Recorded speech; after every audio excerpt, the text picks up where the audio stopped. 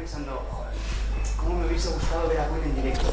Ahora puedo ver un grupo de estos homenaje y así, pero la música en directo tiene un punto especial. Y al pensar en eso, he dicho, es justamente lo que nos va a pasar hoy. El libro de Richard, Nuevos Hombres Buenos, lo empecé a leer ahora cosa de 2 meses o una cosa así, recomendado por Alberto, recomendado por un compañero librero unos días después, recomendado unos días después por una amiga, y dije, joder, un libro que me recomiendan por 3 sitios, 3 personas distintas que no tienen nada que ver, este libro me persigue, tengo que obedecer, esto ya no es una sugerencia, es una orden. Y me sorprendió un montón, me sorprendió muchísimo porque tiene un punto de vista en el que creo que muy poquitos nos habíamos parado a pensar, ¿no? Ahora se habla mucho de feminismo, se habla mucho de igualdad y desigualdad, y se habla sobre todo desde el punto de vista de las mujeres, de las dificultades, de las discriminaciones, de las desigualdades, de las cargas, de un montón de cosas que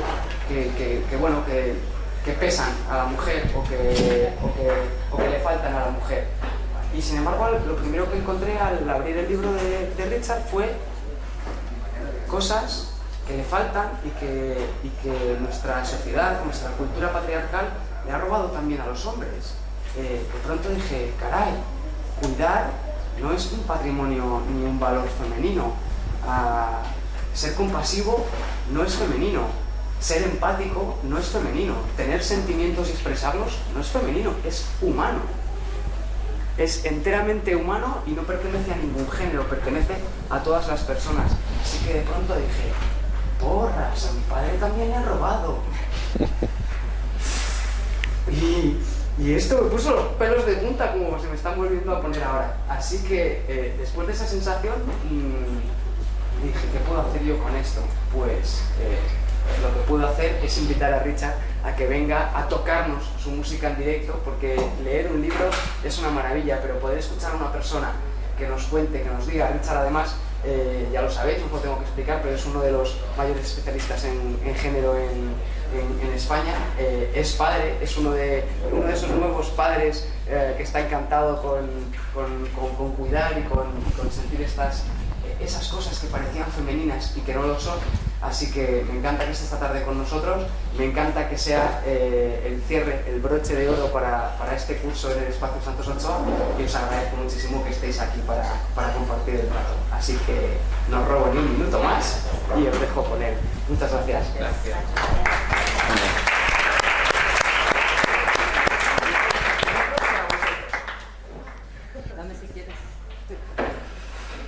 Bueno, arratsaldeon. Eskerrik asko. Me han dicho que voy a ser en euskera Sí, ¿verdad? Sí, ¿no? Porque estamos tan cerca. Bueno, pues muchísimas gracias, Gemma, a Santos Ochoa. De verdad es una gozada estar aquí. Yo que vengo a Logroño, no me sacan de la Gran Vía ni de la Laurel, y venir aquí y descubrir otro Logroño también es una gozada. Yumaya, muchísimas gracias. Alberto, a Mónica, ¿no?, por haber facilitado este espacio. El que está encantado de venir a Logroño, la verdad que soy yo, ¿no? Con esta presentación ya cierro, desde que empecé en noviembre con las presentaciones del libro, que llevamos por la 4ª edición. O sea, ¿quién lo iba a decir, ¿no?, que en 6 meses el tema iba a suscitar tanto interés como para que hubiera que reeditar hasta en 3 ocasiones más el libro? La verdad que ha sido una sorpresa, que yo no creo que sea tanto mérito, en este caso del escritor, sino del momento histórico que se ha creado, ¿no? O sea, a mí se me viene con fuerza. Recuerdo el 9 de marzo de este año, después de todas aquellas imágenes tan impresionantes, ¿no?, de millones de mujeres saliendo a la calle, pero además millones de mujeres no significadas en un espectro político, sino millones de mujeres absolutamente diversas. Para mí eso fue un momento histórico, ¿no? Y el día 9 de marzo tenía que impartir una formación en Ollón. Y había algunas mujeres que habían estado en la movilización en Logroño y venían que no tocaban el suelo, ¿no? Venían así como a 2 palmos, henchidas, felices, poderosas, ¿no? O sea, para mí era la sensación que me transmitieron. Y fijaos las paradojas de la vida cuando me encargaron hacer este libro, porque este es un libro de encargo. Yo creo que esa capacidad que tenemos muchas veces de perder el tiempo, que hemos tenido siempre la ilusión de escribir y que nunca llegábamos a hacerlo, ¿no? Un día recibes una llamada de la editorial Península, del Grupo Planeta, entonces empiezas a mirar para atrás, me están llamando a mí, y dices, sí, no, es que queremos que escribas tú este libro. Si una editorial tan importante se preocupa por el tema, es porque el tema está en el aire, ¿no? Entonces, esa idea de que ha pasado algo, de que tenemos la fortuna de haber estado viviendo un momento histórico. ¿Os acordáis cuando estudiamos la Revolución Francesa? 1789, a veces no fantaseasteis con pensar, ¿cómo sería aquello, ¿no? Cuando todo se cuestionó, cuando todo se volvió a construir. Pues para mí el 8 de marzo, y concretamente yo creo que lo que ha pasado en España ha sido especialmente significativo. Lo que hizo fue ponernos a todos y a todas a un espejo, ¿no? Un espejo que nos viene a cuestionar, ¿no? Lo que hemos sido hasta ahora, cómo pensábamos que eran las cosas, lo que yo creía que era mi libertad personal. No es que yo soy así, un poco lo que planteaba Gemma. ¿Qué pasa acá a los hombres en relación a las emociones? ¿Que soy así? ¿Es que tengo un golpe genético que me ha impedido conectarme con mi cuerpo, conectarme con la vida de los demás? ¿Es que tenemos una predisposición especial a la violencia a los hombres y al cuidado las mujeres? O sea, y de repente esa fotografía nos viene a demostrar que 200 años de luchas feministas, de luchas de las mujeres, han cambiado los cimientos de cómo construíamos nuestra propia identidad, no solo la sociedad, sino también quién soy yo, qué me pasa en la vida, cuáles son mis capacidades para enfrentar la frustración, los retos que se me presentan en la vida. Y las paradojas de todo esto es que cuando empezamos a pensar en este libro, empezamos porque para mí, si nos ha enseñado algo el feminismo y las luchas de las mujeres, es cómo se construye la realidad desde lo colectivo, desde la cooperación. Entonces creé una especie de coro griego, donde nos juntábamos amigos y amigas a debatir sobre los temas del libro, y decíamos, oh, ya Richard, ya te sale el ramalazo patriarcal. Digo, claro, es que lo llevo puesto, no me lo puedo quitar. Pero sobre todo, cuando planteé en el grupo, con compañeras feministas muy críticas, el título del libro, a nadie le gustó. Este fue el título que yo planteé y el que luego quedó y al que nadie gustó, ¿no? Y lo que menos le gustaba era la idea que planteaba yo de reflexionar sobre la masculinidad en la era del feminismo, ¿no? Entonces, el gran terremoto que guió las discusiones que teníamos, es decir, no estamos en la era del feminismo. ¿Cómo vamos a estar en la era del feminismo si estamos todavía viviendo situaciones de opresión, de violencia sistemática, de discriminación, de exclusión de las mujeres a nivel global? Y yo no es que sea un visionario, solamente es como cuando alguna vez juegas a la quiniela y te tocan, has acertado 11, pues yo creo que me pasó un poco eso, pero sí que tenía la intuición de que algo importante estaba ocurriendo. Y parte de las señales de que algo importante estaba ocurriendo era ponernos a honrar el pasado. A mí me parece fundamental, ¿no? Hace poco más de un año me invitaron a impartir una conferencia en Ciudad Real, que es el lugar de origen de mis abuelas, y para mí fue así como un momento iniciático, ¿no? Fui a Ciudad Real y llevé las fotografías de mis dos abuelas, ¿no? Y las puse ahí cuando terminé la exposición, y claro, tú analizas la vida de aquellas mujeres, el mundo en el que vivieron, cómo fueron sus posibilidades de desarrollo, sus vidas sexuales, el tener que estar trabajando sin ningún tipo de reconocimiento. Claro, yo de repente veo a mi hija con 7 años, si tenéis hijas o tenéis niñas cerca, yo creo que pueden ser como el análisis de pensar en las bisabuelas y pensar en las niñas del siglo XXI, a pesar de todo el camino que nos queda por recorrer. Yo creo que tenemos que honrar la memoria, ¿no? Y para mí en ese ejercicio de honrar la memoria, cuando es algo que recojo en el libro, ¿no? Cuando en un cumpleaños de mi hija había como 7, 8 niñas, pues de 6 años tenían entonces, vestidas de princesas, pero vestidas de princesas, por ejemplo, Naya llevaba un arco, ¿no? Entonces, claro, ya es una princesa distinta, y de repente nos pidieron que pusiéramos una canción de Elsa y Anna, que suena esto, que ya sabéis, quienes somos padres hacemos antropología del del parque y de los columpios y del cuidado, y obtenemos mucha información de todo esto que está ocurriendo a nuestro alrededor, ¿no? Y nos pedían en concreto, pusiéramos una canción que decía Suéltalo, ¿no? ¿A que la conocéis? Sí. Que viene a decir en un momento dado, libre soy, nada me puede detener, ¿no? Entonces, claro, de repente ver a 7 niñas gritando, que todas con los patinetes fuera, vestidas de princesa, pero con el patinete y el arco, ¿no? Es decir, es un modelo que simbólicamente está dibujando una nueva concepción de qué significa ser chica. Es decir, todos los elementos simbólicos que estamos transmitiendo a las niñas son mucho más amplios, son mucho más poderosos. Son cajas de herramientas que tienen más elementos para hacer frente a la complejidad de la vida. Y por eso yo tengo la impresión de que estamos en una nueva era, porque prácticamente la mitad de la humanidad habéis desarrollado lo que yo llamo las competencias andróginas, es decir, como señalaba Gemma en la presentación, aquello que consideramos propio estereotipado en los hombres, ¿no? Por ejemplo, el liderazgo, ¿no? La fuerza, la agresividad, no son más que competencias humanas que nos sirven para resolver situaciones, para hacer frente a aquello que nos va a plantear la vida. La empatía, la sensibilidad, los cuidados no venían a ser más que competencias humanas que nos sirven para atender a aquello que necesitamos para llevar una buena vida, en el caso que decidamos cuidar y tener una buena vida. Entonces, esa sensación de que vosotras, las mujeres, fundamentalmente, habéis iniciado ese proceso de transformación y esa imagen icónica, ¿no?, de 7 niñas de 6 años gritando libre soy, y en esa misma fiesta había niños. ¿Y dónde estaban los niños? Contra la pared. O sea, una sensación así de no estar ubicados, ¿no? De no tener referentes, y es algo que también recojo en el libro que comentábamos antes, ¿no?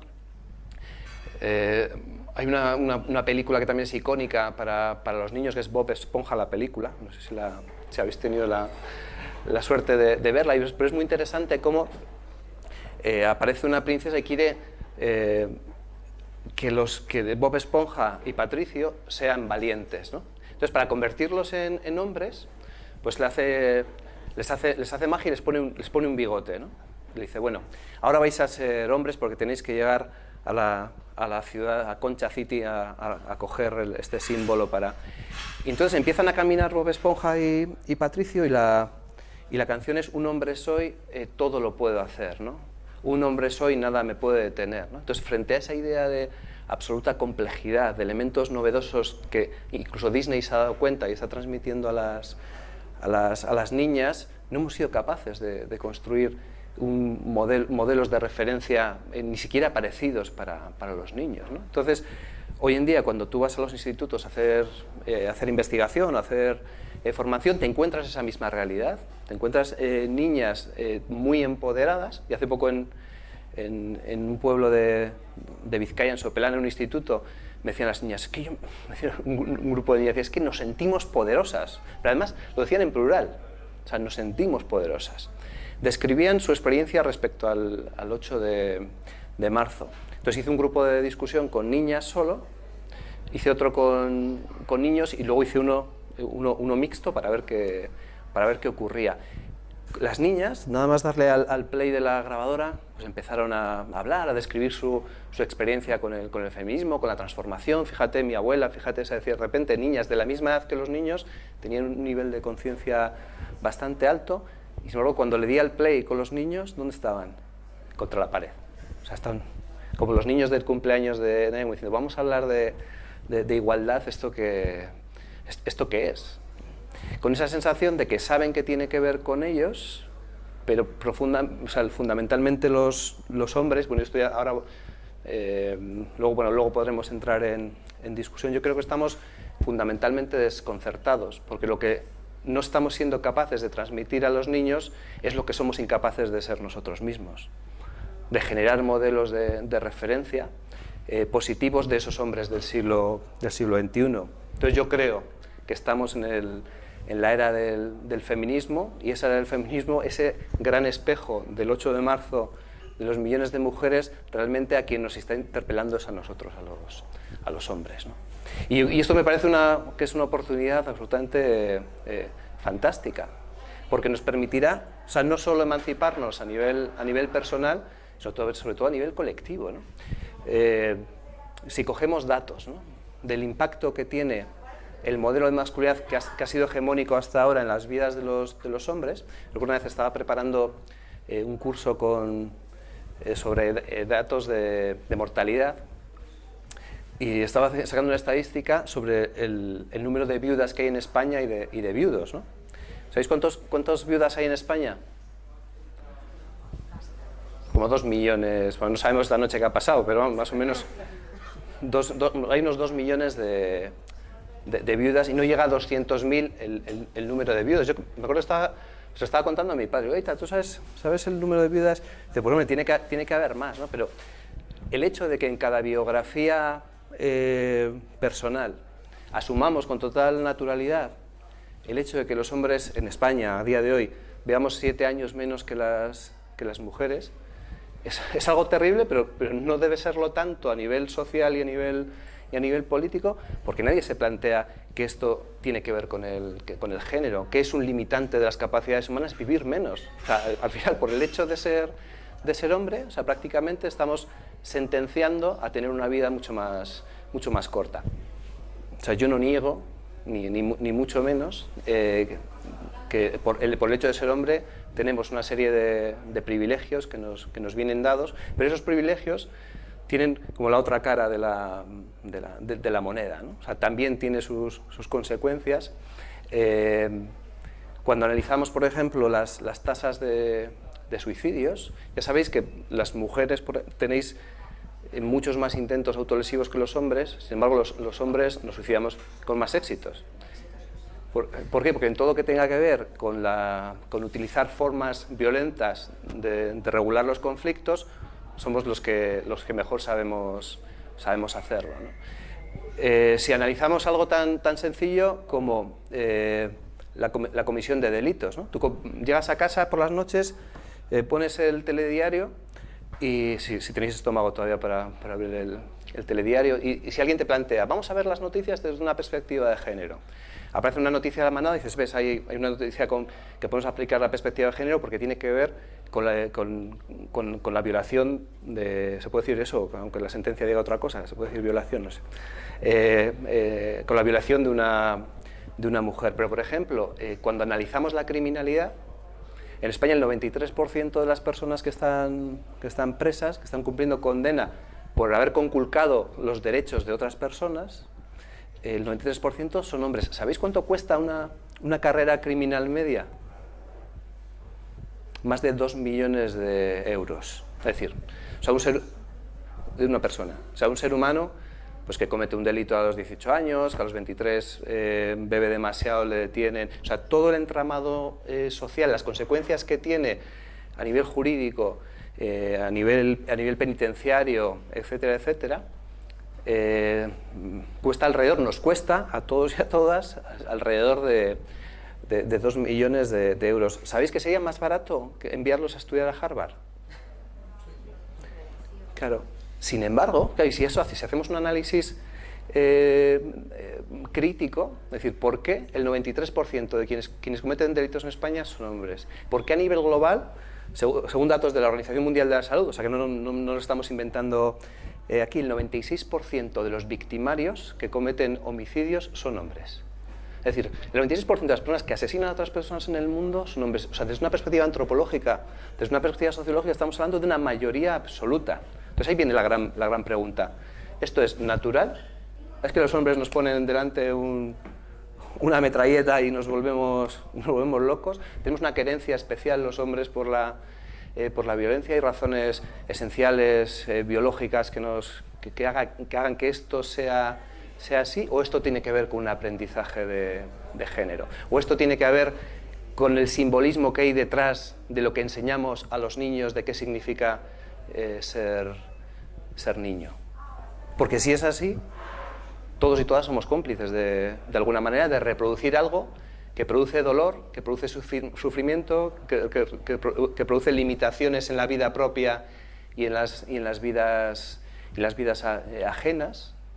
Entonces, es decir, si tenemos en cuenta esa hipótesis y cogemos ese regalo que nos hizo Simone de Beauvoir, ¿no?, de plantear que una mujer no nace, sino que una mujer se hace, se construye, si cogemos ese gran regalo del feminismo y lo aplicamos a las vidas de los hombres, si las mujeres no nacéis, los hombres tampoco. Luego los hombres nos construimos.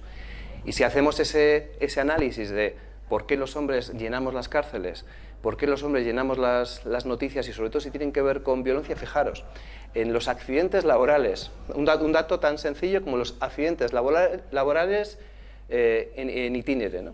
O sea, aquellos que son más leves tienen tantos accidentes los hombres como las mujeres, pero a medida que los accidentes son más graves y sobre todo aquellos que tienen como consecuencia la muerte, es decir, estamos hablando de personas que ponen en riesgo su propia vida trabajando, porque la identidad no nos la quitamos tampoco cuando estamos trabajando. La inmensa mayoría de quienes fallecen, incluso trabajando, son hombres. Entonces, cuando mi padre se queda sorprendido de ver que en España pues hay 180.000 viudos frente a 2 millones de viudas, pues probablemente tiene que ver con que nuestra cultura lo que hace es normalizar y naturalizar algo que no lo es. Y la relación de los hombres con la violencia y la desconexión de los hombres con los cuidados, o sea, no son naturales, no son esenciales, sino que son construidos, ¿no?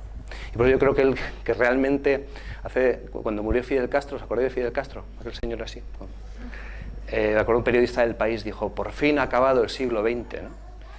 Y a mí me rebelé, o sea, ¿cómo que acaba el siglo XX? O sea, dice, ya empieza el siglo XXI, y el siglo XXI va a empezar realmente cuando los hombres, de una forma colectiva, de una forma significativa, empecemos a transitar por los campos expresivos de la vida.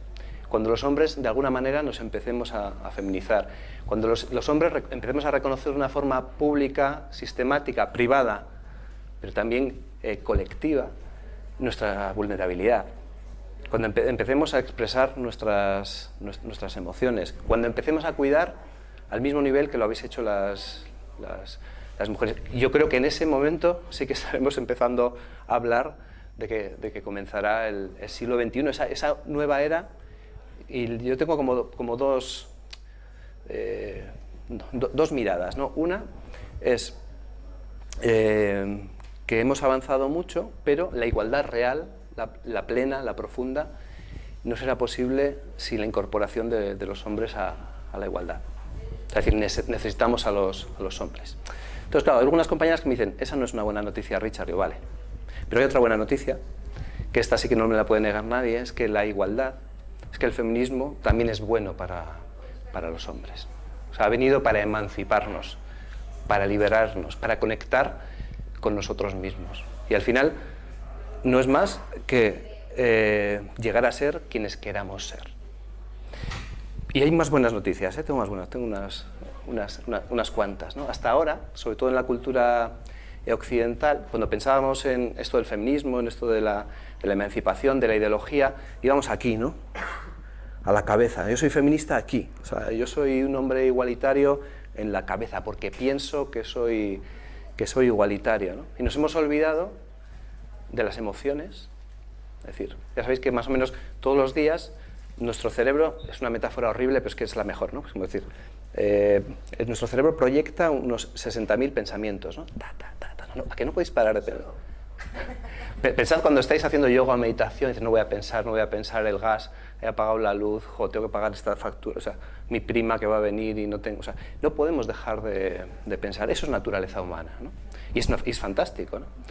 Lo que pasa es que el cerebro es un contador de historias, y si la historia que hemos aprendido a contar es que los hombres somos brutos, y cuando vemos a un niño que está subiéndose a un árbol nos reímos y decimos, fíjate qué bruto es mi hijo, ¿no? Y además lo hacemos así con esa sonrisa. Sin embargo, cuando vemos a una niña subiéndose al mismo árbol, empezamos a decir, ay, si el niño se cae, no llores, si la niña se cae, ven aquí, cariño, que yo te abrazo. Es decir, todas esas narrativas van a la biología humana y construyen los mapas somatosensoriales. Es decir, dicen, es que yo lo tengo comprobado, es que las niñas son más sensibles, claro.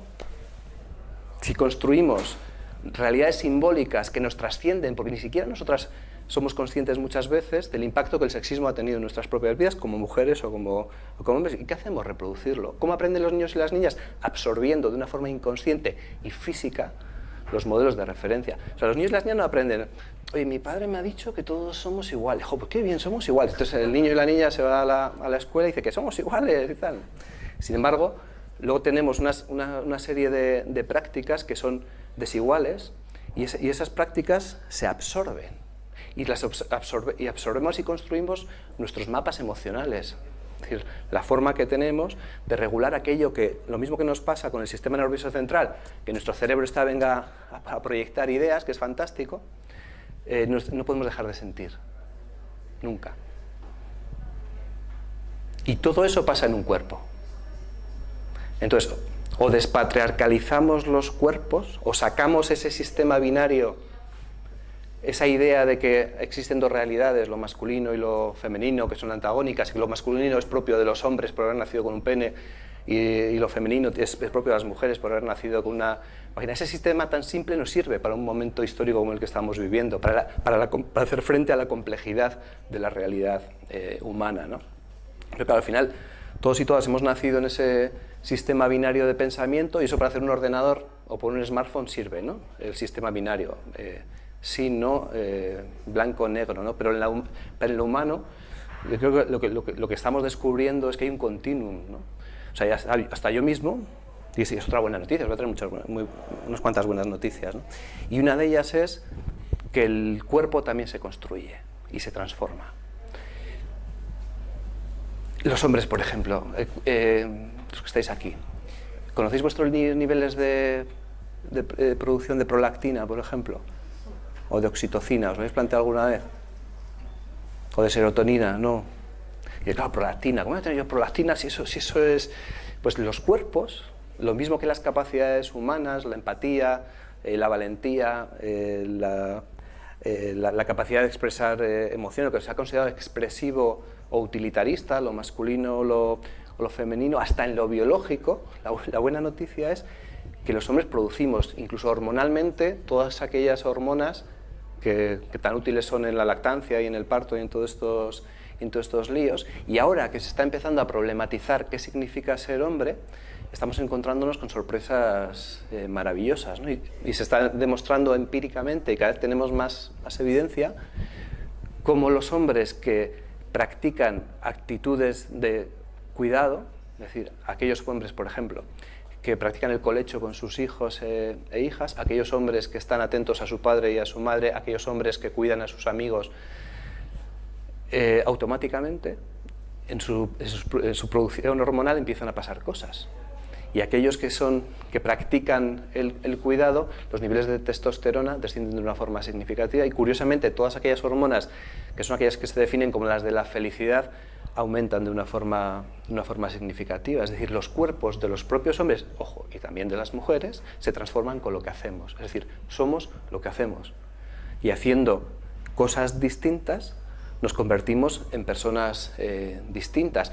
Haciendo cosas simples, repetitivas, estereotipadas, pues nos convertimos en robots también a nivel hormonal. Y los cuerpos están a nuestro favor. Y en la medida en que yo soy capaz de ser agresivo cuando lo necesite, pero agresivo como una capacidad innata de resolver o de dar respuesta a una situación, cuando soy empático, cuando soy cuidador, cuando aglutino todas esas competencias que me han dado separadas, como las de mujeres o de hombres, y al final, para mí el ideal es construir un ser andrógino, un ser con la libertad y las posibilidades de desarrollar todas sus capacidades. Y creo que el siglo XXI ese que anhelamos, donde cuidemos el planeta, donde cuidemos a las demás personas, donde erradiquemos la violencia como una práctica asentada en lo humano, ese momento llegará cuando todos y todas seamos capaces de aglutinar esas capacidades. El gran reto es que la mayoría de vosotras lo habéis hecho, lo estáis haciendo, estáis en camino, estáis en tránsito, además lo habéis hecho con éxito. Yo creo que eso debería ser un buen ejemplo para nosotros los hombres. Y ahora el gran reto está en qué vamos a hacer los hombres. El otro día convocaron en Madrid una manifestación dirigida a hombres por la igualdad y contra la violencia. ¿Sabéis cuántos hombres fueron? 50. Y dices, como que a los hombres todavía esto no nos interesa mucho, ¿no? Incluso esta presentación, a ver cuántos chicos estáis aquí, por favor. Os podéis hacer significar, así, decir, aquí estoy. 1, 2, tú, mi hermano no cuenta. 6. Pero fijaros, además, estamos en un contexto de presentar un libro que está escrito en masculino, que está dirigido a los hombres, pero es que es una buena noticia que haya 6 hombres, ¿no?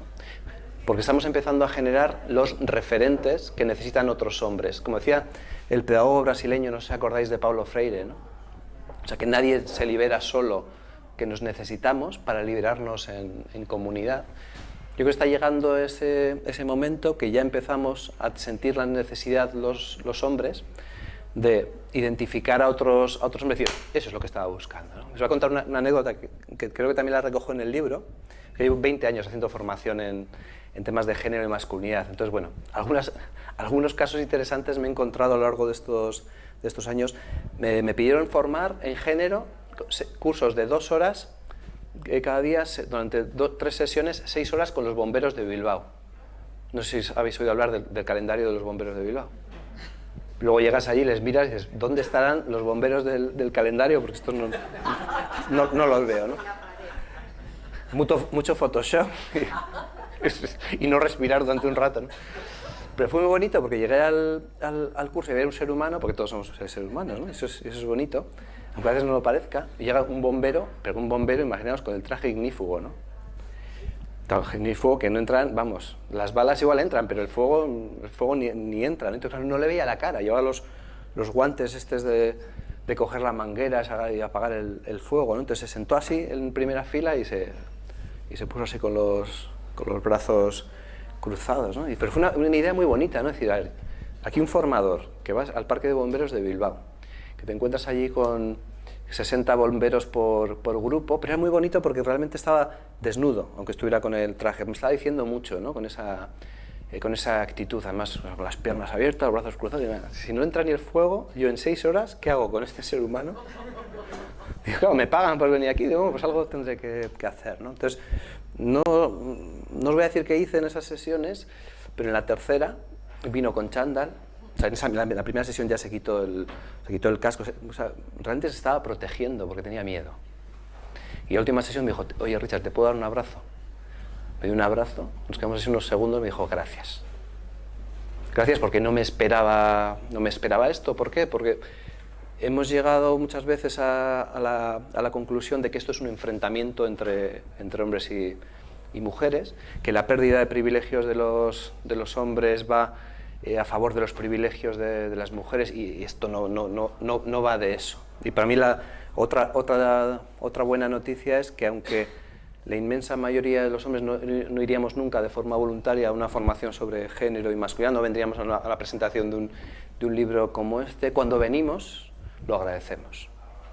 Porque sentimos que nos emancipa, que nos libera, que nos toca con algo muy profundo, que veníamos sintiendo hace tiempo, porque nuestras parejas nos lo han recordado muchas veces, porque hemos visto que nuestras propias vidas muchas veces no son satisfactorias, porque las relaciones que mantenemos con otros hombres muchas veces son profundamente limitadas, en el sentido de profundizar, de conectar, de acompañar de una forma emocional, porque nos han enseñado esto de que corre al aire, cuando los hombres te juntan con otro hombre y te das el abrazo, no sé en La Rioja, pero en Euskadi ya sabéis cómo nos saludamos los hombres, ¿no? Nos pegamos unos golpes y en la medida que te pegan el golpe más fuerte es que te quieren más. Y dices, ¿pero por qué me pegas? ¿Por qué te quiero? No, quiéreme de otra manera. Entonces yo lo que quiero trasladar es un mensaje de esperanza, en el que tenemos mucho que ganar los hombres. Además, cuando pensamos en la transformación de los hombres en un sistema de relaciones, cada paso que damos los hombres hacia nuestra propia emancipación supone también avances en la emancipación de las mujeres. Y algo que se ha investigado, y a mí cada vez me parece más importante la evidencia empírica, es que a través de los estudios sobre la implicación de los padres en la crianza, claro que es algo que yo lo tengo ahora así como muy fresco, pero en la medida en que se van extendiendo investigaciones empíricas, lo que se viene a demostrar es que la implicación activa presente de los padres en la crianza es una de las mejores escuelas de reeducación para la libertad masculina. Es decir, no nos convertimos en hombres perfectos, pero en la medida en que los hombres están más presentes en la crianza empiezan a pasar cosas. Y una de las primeras cosas que pasa es que a mayor presencia pacífica y corresponsable de los hombres en la crianza, se reduce de una forma drástica las posibilidades de que haya violencia contra la pareja. Se reduce de una forma drástica, es algo que muchas veces, pues por la oportunidad política o por el momento que vivimos se nos olvida, se reduce de una forma drástica la violencia contra los niños y las niñas dentro del entorno familiar. Los niños y niñas, y con esto no estoy haciendo un alegato ni una defensa de las familias heteronormativas, ni mucho menos, ¿no? En aquellas familias donde hay una doble figura de apego que genera un vínculo seguro, es decir, donde hay un ser humano completo que cuida, que es pacífico, que está presente y que el niño y la niña sabe que ese ser humano está ahí, pero es que si a ese sistema de cuidados le añadimos otro elemento capaz de generar un vínculo seguro, cuando se hace un análisis longitudinal de qué pasa con la vida de ese sistema familiar, en los casos de las familias con parejas heterosexuales, de repente la mujer es más feliz con esa otra pareja. O sea, parece que los hombres igualitarios, que los hombres feministas producen más satisfacción a las personas con las que conviven. O sea, no es mi opinión, sino estamos hablando de evidencia que he tratado de recoger en el libro. Se reduce la violencia, las posibilidades de que la mujer de la pareja sufra violencia. Se reducen las posibilidades de que los niños y las niñas de esa pareja presencien violencia y sufran violencia. Aumenta el rendimiento escolar. Aumenta las posibilidades de que las niñas sean lo que quieran ser. Es decir, la metáfora que he recogido en el libro es hombres que planchan, hijas ingenieras. Es decir, a medida que hay una mayor implicación de esa otra figura de referencia, cuando coincide que es un hombre que se implica, parece ser que libera y emancipa a sus hijas. Y cuando se ha analizado el porqué, parece ser que tiene mucho más que ver con la expectativa de la posible pareja. Es decir, si yo puedo ser ingeniera e irme al Amazonas 6 meses, porque la expectativa que yo tengo de ese modelo de referencia que he absorbido, que era mi padre, es que mi pareja va a ser capaz de hacerse cargo de quedarse con las criaturas, de cuidar a la abuela, de hacerse cargo de esa parte del cuidado que le corresponde. Es decir, al final, esto de la corresponsabilidad no es solo por una cuestión de justicia, sino porque la corresponsabilidad transforma a los hombres y transforma a aquellos y aquellas que se relacionan y que están próximas a los hombres, ¿no? Entonces, bueno, son 400 páginas casi, podría estar aquí hablando bastante más tiempo, ya veis que me emociono, pero bueno, sí que quería, antes de empezar a dialogar, le pedí que escribiera el prólogo del libro a Kermen Uribe, al escritor, y curiosamente, el título del prólogo, Aprender a ser felices, ¿no? Porque esto tiene que ver con la felicidad, ¿no? Porque cualquier existencia humana que no busque, no me refiero ya a esa felicidad del campo de amapolas, venga, vamos a ser felices y a hacernos un selfie, toda la familia en el campo de amapolas o todas las amigas en el campo de amapolas, sino tener la capacidad de diseñar y de vivir con determinados niveles de coherencia esa vida que merece la pena ser vivida, ¿no? Y esa vida que nos permita estar satisfechos y satisfechas con nosotras mismas. Esa vida que nunca será posible si tenemos una relación de privilegio, de dominación, si ejercemos la violencia, si no hemos desarrollado toda esa parte expresiva, toda esa parte femenina los hombres. Entonces, al final, esto es para vivir mejor.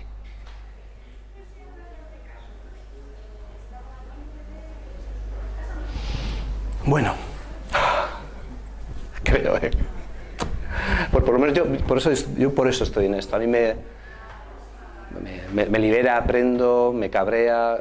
Ayer no os voy a contar el día que tuve ayer en casa con las vacaciones de los peques. Yo trabajo desde casa. Ayer esto de la corresponsabilidad me lo hubiera metido, me lo hubiera comido. Ayer hubiera cogido el libro, me lo hubiera comido con...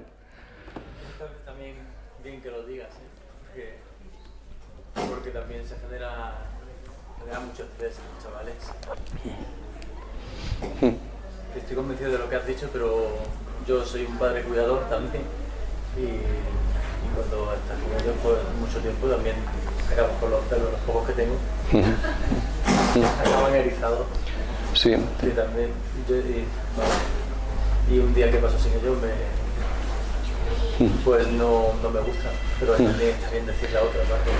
Que somos seres humanos con debilidades. Sí. No, a ver, a mí me critican mucho, ¿eh? Y hay quien dice que soy un esencialista de la paternidad y al igual que tú, ¿sabes? Yo creo que por cuestión de justicia nos toca asumir el 50% de las actividades de cuidado. No, y si estamos solos o solas, nos tocará el 100%. Pero si convivimos con porque los tríos no están extendidos, entonces pues normalmente convivimos en pareja, y en pareja el reparto justo es un 50%. Luego lo negocias como consideres oportuno, pero lo que te toca a ti, como el 50% de la pareja, es asumir el 50% del cuidado, pero ojo, el 100% de la responsabilidad. O sea, porque muchas veces lo que nos ocurre a los chicos, que nos podéis ver así ejerciendo tareas de cuidado, pero un amigo mío, José Ángel Lozoya, suele decir que él se siente más un empleado doméstico, ¿no? Porque al final llega y dice, cariño, ¿qué tengo que hacer? Y tal. Dice, no, eso es trabajo también. Pensar que tienes que hacer es también trabajo, y lo que tienes que hacer es asumir tu parte de la responsabilidad de la gestión. O sea, 100% y la responsabilidad no se reparte, es el 100% de cada uno y de cada una, y al menos el 50% del trabajo. Y esto, el problema es que el problema y la ventaja de todo esto, que si os dais cuenta, cuando estudiamos historia, veis, yo me enrollo otra vez, o sea, si me dejáis, pero si os pregunto, ¿qué estudiasteis de historia, por ejemplo, ¿no? ¿Qué os viene en la cabeza? Los reyes. Los visigodos, las guerras. Si os dais cuenta, incluso Primera Guerra Mundial, periodo de entreguerras, Segunda Guerra Mundial, o sea, es como decir, es que la guerra era como la Guerra Fría.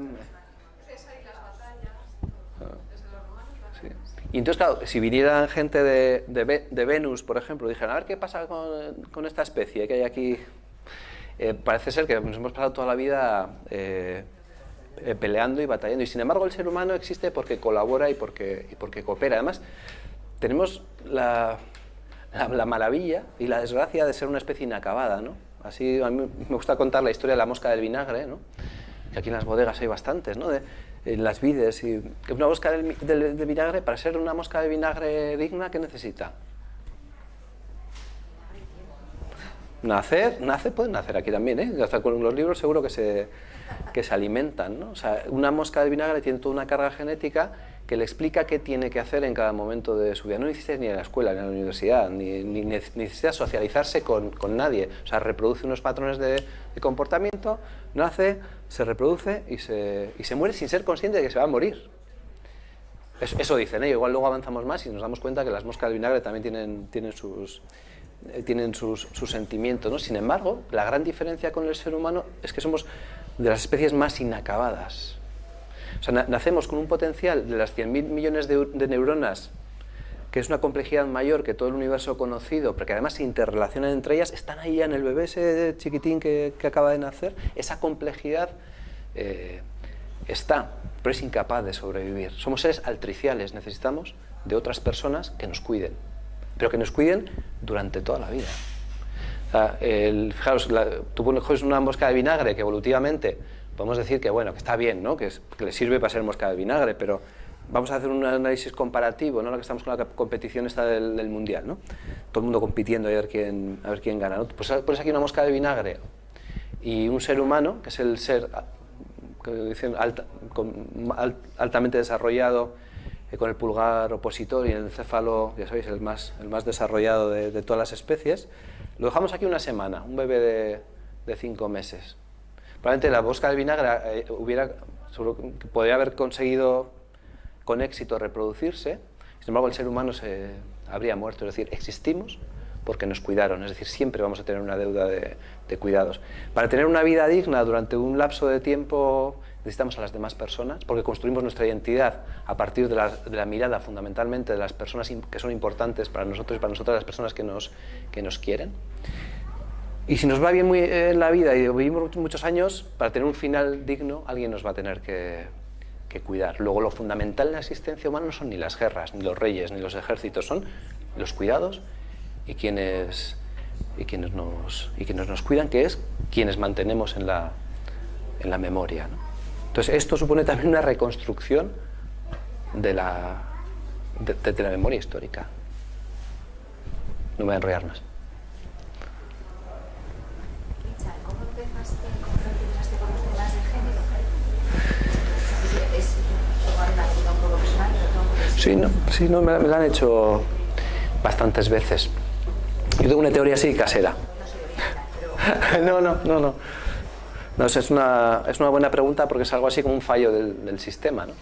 Aquí está Marta, aquí está mi hermano, que somos del mismo pueblo. Yo creo que puede ser que alguna vez me pegue un golpe en la cabeza, pero bueno, creo que no, porque no tengo nada. Pero, por ejemplo, yo creo el hecho... Nosotros somos 4 chicos, somos cuatro hermanos en un contexto sociológico que era duro, que era muy duro. Es decir, tú tenías que demostrar y salir a la calle, pues que eras el que más... Si querías ser líder, es que es el más seductor, el que más goles metía, el que más... O sea, y yo he sido ese tipo de hombre porque intentaba sobrevivir en aquella jungla binaria, ¿no? Pero yo creo que el hecho de ser el 4.º hermano varón, yo creo que permitió en alguna forma que... No sé, Alberto, ¿tú qué piensas? Porque él es el tercero, entonces... La expectativa de género yo creo que conmigo se relajó un poco. O sea, cuando nació el primero, yo creo que la expectativa de género estaba mucho más marcada. Con el segundo todavía también. Tampoco en mi casa ha sido así como especialmente rígida en el tema del sexismo, ¿no? Y con Alberto ya como que se empezó a relajar un poco y conmigo fue como, bueno, como construye tu identidad, chaval.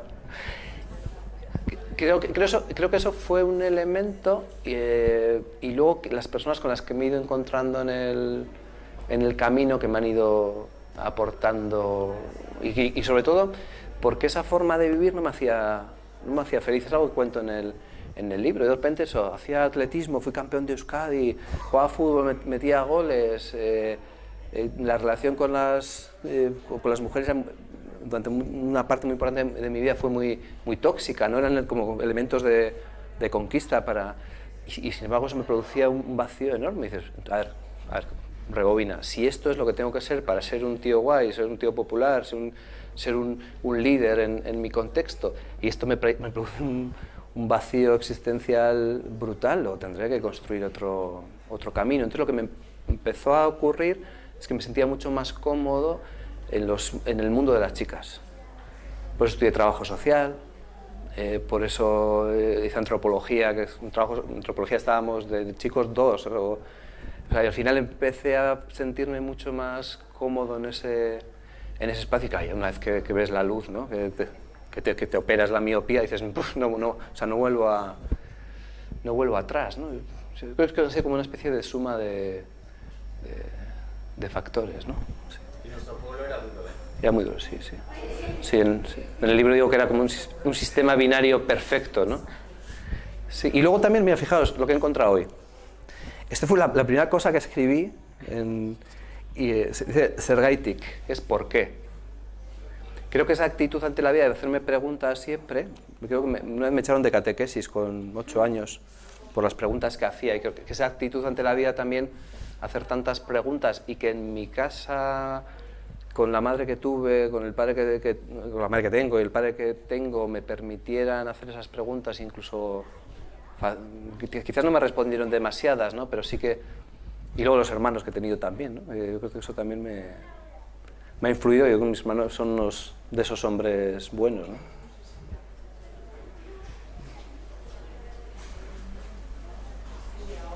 Yo te quería agradecer, ¿no? Me he leído casi todo, me falta un poquito del final. Quería agradecer... Es que si no, no te vimos. Sí, te quería agradecer el esfuerzo que durante tantos años por trabajar algo que hoy en día no está tan mal visto, pero estoy segura que al principio han tenido que decir de todo. y quería empezar pues entre las tinieblas, ¿no? Porque cuesta trabajar en el feminismo todavía hoy en día, llevamos muchos años en ello, aunque trabajar en esto, vamos, hay que ser muy, muy laborioso, ¿no? Muy a contracorriente de mucha gente, incluso gente muy querida, ¿no? Entonces, parece que hay una parte de mérito importante en todo eso, ¿no?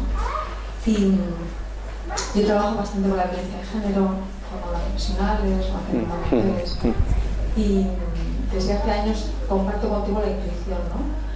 Que cada vez es más una evidencia de la necesidad de trabajar juntos en la misma dirección, ¿no? Y cuando trabajamos con las mujeres vemos muy claro que hace falta ofrecer y que las mujeres tengan modelos alternativos para dejar de ser lo que hemos sido, pero hay un vacío enorme respecto a los modelos y las referencias masculinas, ¿no? Quizá esa sensación que por ejemplo se me viene en el libro de desconcierto y inseguridad de no saber dónde va, ¿no? Porque creo que empieza una gran sensación general de que muchos hombres sienten malestar con lo que se les ha educado, ¿no? Pero faltan referencias, les digo, yo hacia dónde tengo que ir porque no se escapa, ¿no? Y porque además socialmente hay un rearme del patriarcado muy potente, ¿no? En ese sentido me gusta mucho la parte que hablas del fútbol, me encanta. Porque yo tengo mis cosas con el fútbol, entonces la forma en que lo describes, digo, se lo voy a fotografiar a todos los amigos, ¿no? Porque unes muy bien algo que está en la vida cotidiana de mucha gente y en este país, en estos momentos muchísimo, con esos valores y las consecuencias que tienen. Entonces me ha gustado mucho. Entonces nada, solo agradecerte. Me gustó mucho también toda la parte en la que se une la vivencia de la paternidad responsable y curadora con el cambio, ¿no? El cambio el comportamiento de las criaturas, de las parejas y del entorno. Que aporta también muchas veces a que bueno, es que el cambio lo tenemos que hacer, que sea de forma egoísta como hombres, ¿no? Porque nos va a dar más felicidad. Aunque creo que hay que hacerlo por justicia, pero que lo dices mucho en el libro, pero que es que aunque solo sea por ser egoístas, ¿no? Que es importante eso. No, pues yo soy un poco friki en el sentido de si creo algo, estoy absolutamente convencido, estoy tan convencido que, y además en este caso creo que es de aquellas cosas en mi vida que más convencido estoy, ¿no? Y como creo que es bueno, creo que va a ser fácil en ese, bueno, un inciso, o sea, un amigo mío dice que yo soy como Bélix, pero en optimista, que me caí en la marmita del optimismo cuando era pequeño y ahora soy muy optimista en casi todo lo que hago y lo que digo, y soy consciente y estoy informado, pero yo creo que para los hombres es tan importante lo que está por venir y lo necesitamos tanto que solo es cuestión de ponernos manos a la obra, y para eso os necesitamos. Y el libro lo termino planteando la necesidad de hacer un nuevo pacto de convivencia entre hombres y mujeres, ¿no? Derribar ese muro, asumir cada uno y cada una la situación en la que estamos, que es diversa, que es asimétrica, y pensar que juntos y juntas tenemos muchas más posibilidades de ser exitosa, porque la vida la construimos en comunidad, como planteaba Paulo Freire, ¿no? Y el tema del fútbol, creo que titulé El fútbol, la última frontera, ¿no? Ya sabéis que en Europa hay unos 5.000 futbolistas profesionales, ¿no? Y oficialmente ninguno es gay. Entonces claro, ahí pasa algo serio con la libertad de los futbolistas. Es muy probable que haya una especie de lenguaje o de contrato no escrito que exige para que las marcas tengan valor, que nadie salga del armario y dice, mira, cuando termines el contrato haces lo que quieres. Y de hecho se está haciendo ya alguna pequeña investigación que de repente, es curioso, cuando los futbolistas dejan de ser profesionales empiezan a tener una eclosión, ¿no? Pero para mí figuras como Messi, como Ronaldo, que son universales, que son globales. Es decir, en el mundo es más conocido Messi y Ronaldo que Jesucristo y que Buda, y que, es decir, tienen un papel tan importante en la construcción de identidades, sobre todo de los niños, que la prueba del algodón, cuando veamos realmente que el mundo está cambiando, es cuando el mundo del fútbol esté cambiando, y haya futbolistas, como hay en la sociedad, algunos que sean gays, bisexuales, transexuales, cuando eso se empiece a ver en el fútbol, cuando de repente Cristiano Ronaldo diga, no, me tengo que ir a casa porque mi madre me necesita, ¿no? Entonces, ese día nos daremos cuenta que no solo el fútbol, sino que el mundo ha cambiado, ¿no? Porque en otros deportes ya empezamos a ver, pues Andy Murray, por ejemplo, en tenis, cuando compartió parte de su premio con una mujer, dijo que incluso se negó a ir a determinadas competiciones donde los premios no eran iguales para las tenistas mujeres y para los hombres. Hay una anécdota que recojo en el libro de Jessica Vicious, de un entrenador de baloncesto que fue viral en internet, pero sí que está marcando que ya hay hombres que también en lo público empiezan a funcionar de una forma distinta. No sé si recordáis aquella discusión que tuvo Jessica Vicious, el entrenador del Zalgiris, con un periodista, dice: oye, ¿por qué le has dado permiso a Lima? Y dice: estamos en una semifinal. Dice: ¿por qué? Porque iba a ser padre. Dice: pero es que estamos en una semifinal. Dice: ya, pero es que en la vida, ¿qué es lo más importante? Dice: hombre, pues más importante, estamos en una semifinal. Dice: ya. Dice: no eres padre, ¿no? Dice: cuando seas padre conocerás realmente la profundidad de la experiencia humana. Dice: Adolfo Lima está en el cielo en estos momentos y me alegro por él, ¿no? O sea, que el cuidado es más importante que el ser un triunfador, que ser un campeón. Yo tenía un par de cuestiones. A ver, las primas de cuidados y responsabilidad, yo creo que lo de cuidados estoy acercando 50%. Pero sí que es cierto que lo de responsabilidad, como siendo consciente cuando lo dice mi mujer o puede decir a ti, tanto ella como yo hemos criado en un ambiente pues, un poco machista, como han sido casi todas las familias. Entonces, sin querer, muchas veces te ves que la responsabilidad lo lleva en cuanto a citas de médico. Entonces, siendo consciente, sí que cuesta mucho porque es cómodo. En el momento es cómodo, pues, luego lo reflexiones, ¿cómo consigo hacerlo para ser igualitario? Pero cuesta mucho. Tienes que estar todo el día consciente de ello y en cuanto te descuidas un poco, te decir lo que has tomado. Si pasó, me parece ella, y a ella le pasa un poco igual, lo asume y sabe que está bien, pero ahí por ejemplo, es muy complicado salir. No sé muy bien cómo hacer. Y luego otra era, casi me preocupa un poco, es que me preocupe más, pero y yo sin ser ni siquiera muy avanzado en esto, creo que voy a dar pasos, pero no me considero ¿cómo puede ser? No, yo me dedico a estas cosas, pero... Me lleva a encontrar muchas veces y con mis amigos, compañeros de trabajo, que te llevan bien, cuando vas a algo tan básico como el lenguaje, es que me aleja de ellos. Cuando quieres defender cosas como, no sé, los cafés que tomas, el machismo que hay, y algo tan básico como el respeto y tal, ves que estás solo. O sea, que digo, si con la gente que me llevo bien me estoy alejando. Pongo unos mínimos que ni siquiera es grandes pasos. Entonces, es una contradicción un poco de, ¿me voy a dejar de tener amigos? Mejor empiezas a tener un poco de... Ya, pero al final son relaciones de trabajo, amigos que he tenido de siempre. Y me lleva, dices, si en vez de estar tranquilo me estoy llevando desasosiego porque no consigo ni transmitir lo más mínimo. Ahí es cuando empezamos a entender a las mujeres. Sí, claro. Que al final cualquier cambio que cuestione el pacto entre varones, el pacto patriarcal, ¿no? Ese pacto juramentario que decía Celia Amorós, ¿no? Que hacíamos los hombres, claro, viene a posicionarte a ti en un lugar de no privilegio.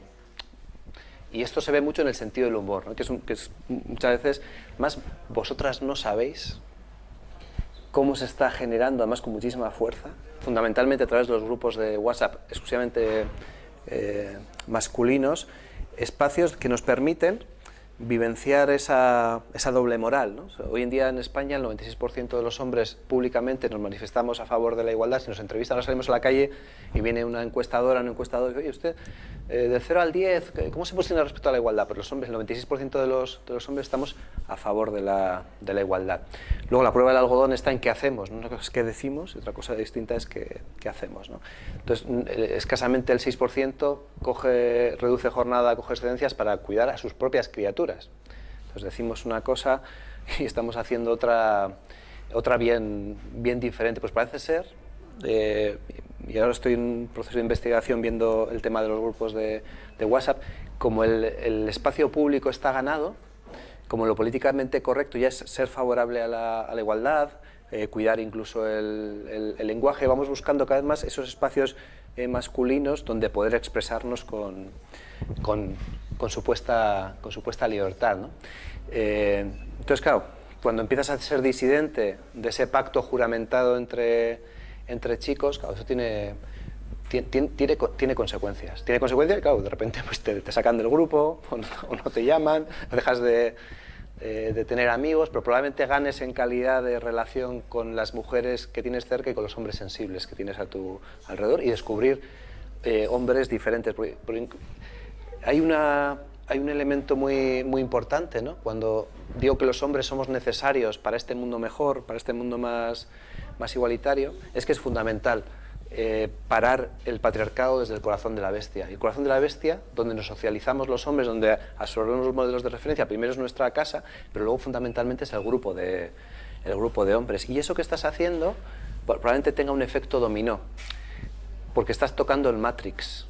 ¿Os acordáis cuando en Matrix, en la película, de repente aquellos empezaron a dar cuenta que todo eso era una gran mentira? Incluso el que probablemente te esté contando el chiste, esté haciendo el comentario, el que te afee la conducta, probablemente te busque luego.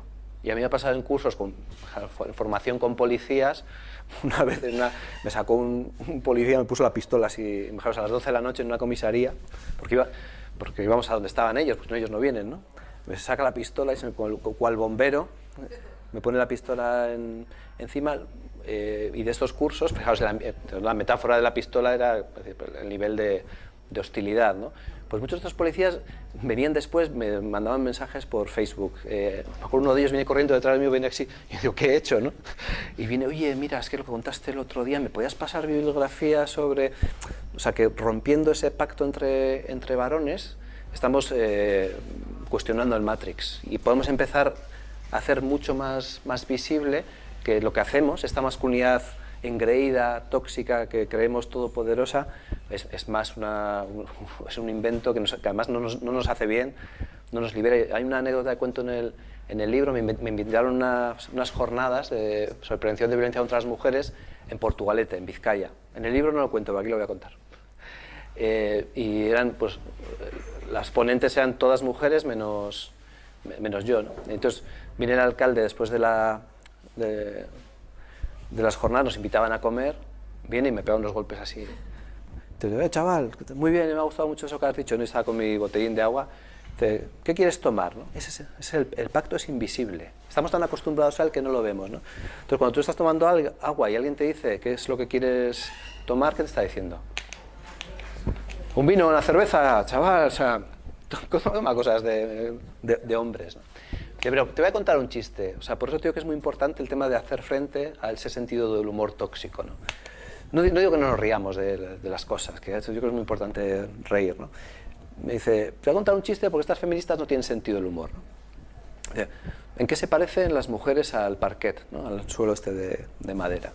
Porque después de tener que estar toda la vida quitándoles el polvo, además que hay un gesto así, una connotación sexual, dice, tienes que terminar acuchillándolo, ¿no? Claro. Si lo cuentas en el libro, ¿eh? Eso lo cuento en el libro, sí. Entonces, pero lo importante de esa anécdota es entender ese pacto entre varones, que necesita de la aprobación del otro. Y cada vez que tú no los apruebas, estás destruyendo ese sistema de solidaridad entre hombres, que es fundamental para ese pacto juramentado entre hombres. Luego es fantástico que te quedes solo. Yo en mi pueblo me quedé solo y mi hermano...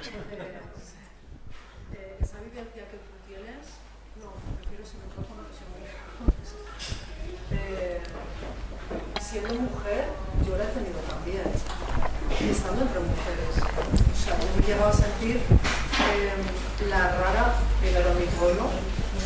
Me acuerdo la primera situación que viví en unas fiestas super machistas de nuestro pueblo, que entraron con los hombres, con la fanfarria, tal y cual, y vieron que ¡zas! Me pegó en el culo, me dio en el culo. Y yo me volví, con lo cobardita que soy, me volví como, ostras, ¿qué estás haciendo? Mis propias compañeras fueron las que dije, chica, estamos de fiestas. Y tuve que bajar yo la cabeza y asumir que yo estaba de fiesta. Entonces, yo me he sentido incluso rara, porque la evidencia que tú tienes, yo creo que también la tienen las mujeres. Y muchas veces las mujeres también son cómplices de ser, bueno, en muchas ocasiones de ese machismo, incluso eso. Se tiene que retirar a alguien de la pareja porque tienes a la hija, no sé qué, te tienes que ir tú. Las propias compañeras mujeres entienden que eres tú la que te tienes que retirar porque no mi marido. ¿Sabes? Es que hay no solamente en ellos, en también. Sí, al final el sexismo, el sexismo ya sabéis que es como el shirimiri, que se moja todo el mundo, o sea, y todos y todas. Claro. Otra cosa es que entre los hombres hasta ahora era raro. Era raro porque, claro, estamos en la parte privilegiada de la historia. Es donde se gestan los pactos por el poder, donde tú vas a tener más privilegios en la medida en que sigas practicando ese sexismo, en que te sientes legitimado para irte los sábados a la mañana. Es que me gusta andar en bici. Entonces, no, es que me gusta, entonces me voy a ir el fin de semana, no, pero de ahí tal. ¿Quién se queda con las criaturas? Claro, romper ese pacto y decir, oye, pues igual no puedo. No, eso suena raro porque estás cuestionando el privilegio. Entonces, otra cosa es que también puedes plantear, y dices, joder, desde una perspectiva de no privilegiada y que me agreden, o sea, las propias que son susceptibles de sufrir también agresiones que no empaticen, pero lo que está pasando últimamente, yo estoy seguro, Marta, que ahora mismo no pasaría eso. Porque lo que pasaba en nuestro pueblo eran los permisos sociales para la agresión a las mujeres. O sea, y ahora mismo el mundo está cambiando de tal forma que eso se significaría como un problema. O sea, ya hay un proceso de transformación y de cuestionamiento, ¿no? A ver, sí que han avanzado ciertas cosas, pero en esos referentes que están tomando también, yo sobre todo lo veo en las adolescentes yo me he encontrado estos días en la piscina un grupo de adolescentes, chicas, y pasar un niño muy mono, no sabes, o sea, qué barbaridades, o sea, es que parecían los hombres de hace 100 años. Ven para acá, ya te pillo, o sea, esos son los referentes que están, incluso pues, lo de las canciones estas de reggaetón, que quiero decir que todavía hay un juego ahí, porque muchas niñas están cogiendo unos referentes, se están convirtiendo en el macho de los antiguos hombres que, o sea, el modelo que no queríamos lo están adquiriendo ellas. A mí me asusta, de verdad. Es lo que veo, como la técnica general. Mi hija ya no, quizás también por el trabajo en casa y el colegio donde va, pues trabajan valores y tal, y ellas te preguntan, ¿y por qué el rosa para las niñas? ¿Por qué? Pero en ciertas edades superiores, en la adolescencia que veo hoy en día por Logroño, ostras. Lo que pasa es que hay un matiz, ¿no? Es decir, cuando entra otra, me ponía un ejemplo muy bonito, ¿no? Cuando entra al puerto de Santurtzi un barco gasero de esos de 300 metros, que la sociedad, la cultura es eso, es un barco enorme, complejísimo, con muchísimos mecanismos. Para que entre a puerto ese barco, o sea, hay que andar moviéndolo poco a poco, entonces los cambios son lentos, ¿no? Y a mí me gusta recordar una viñeta del genial Quino, ¿no? ¿Os acordáis de Mafalda, ¿no? Cuando iba un hippie, ¿no? Caminando por las calles de Logroño en La Rioja, de Argentina, ¿eh? Iba caminando con su pelo largo, con su barba, y había un señor, pues con su corbata, su sombrero, y me decía, este es el acabose, ¿no?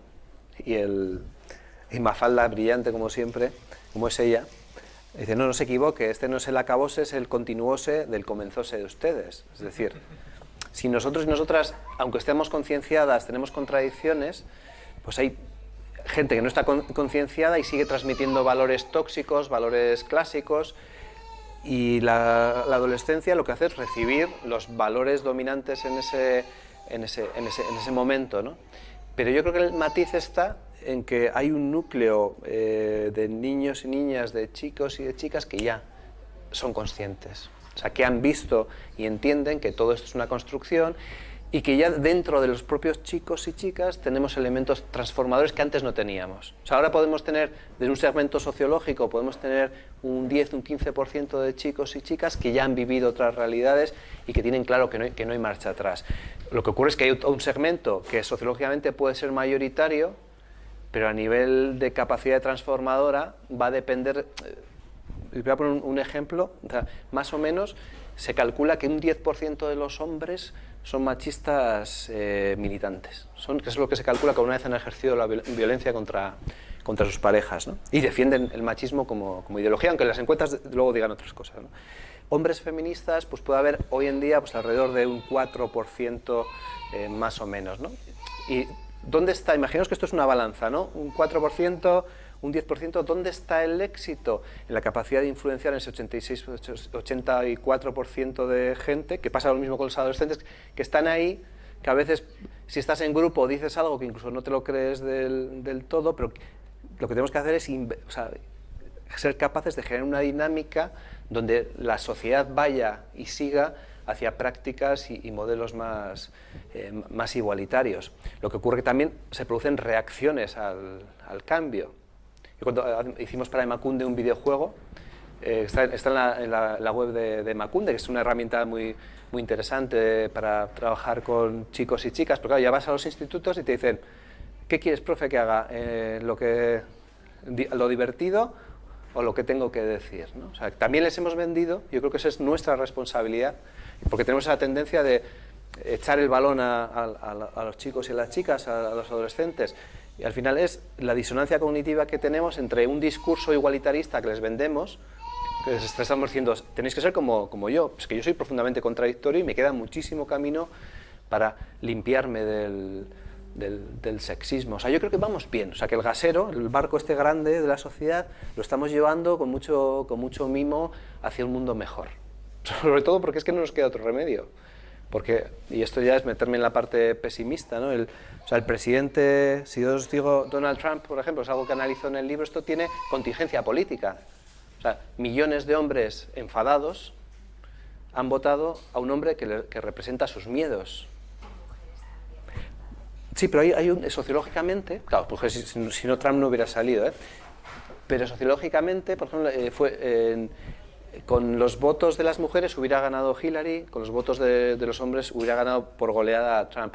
Pero en Austria, por ejemplo, lo que hizo inclinarse la balanza hacia opciones de ultraderechistas fueron los votos de los hombres. Y en los procesos electorales conservadores que está ocurriendo en Europa, el último en Italia, las opciones populistas y ultraconservadoras ganan mayoritariamente por el voto de los hombres, y muchos de ellos lo hacen desde el miedo a perder el poder y el privilegio, ¿no? Hombres asustados. De todo, hay a ratos asustados, a ratos enfadados. Por eso yo creo que tenemos que generar redes de confianza entre los movimientos feministas, los hombres que estamos en el movimiento feminista, entre nosotros los hombres, generar alianzas y nuevos pactos de convivencia. Lo mismo que ese pacto juramentado, decir, las mujeres son, y reírnos con eso, cuando empezamos a cortar y descubrimos algunos de esos hombres en privado, y venga, vamos a liberarnos juntos, ¿no? Y vamos a funcionar en otra clave, ya estás generando una potencia política y social transformadora. Cuando estás con tu criatura en el parque y empiezas a hablar de cuestiones que realmente te tocan y te importan, ya estás creando ahí una nueva cultura, una nueva forma de relación. O sea, en Cuba hay una sopa que le llaman el ajiaco, que es esa, ya sabéis que os juntan los vecinos y las vecinas, oye, ¿tú qué tienes? Pues yo tengo carne de puerco, tal, ¿y tú qué? Pues yo tengo papa. Pues te echa toda una olla y eso es el ajiaco. O sea, construir, mantener, transformar una realidad social requiere de muchos ingredientes y requiere de la participación de todas las personas y de todas las cosas que hacen esas personas. No hay solo un camino, o sea, no es solo una vía de decir que estoy a favor de algo, sino, quiero volver a lo de antes, ¿no? Sino generar cuerpos de paz. Cuerpos de paz no me refiero a los americanos, estos que... No.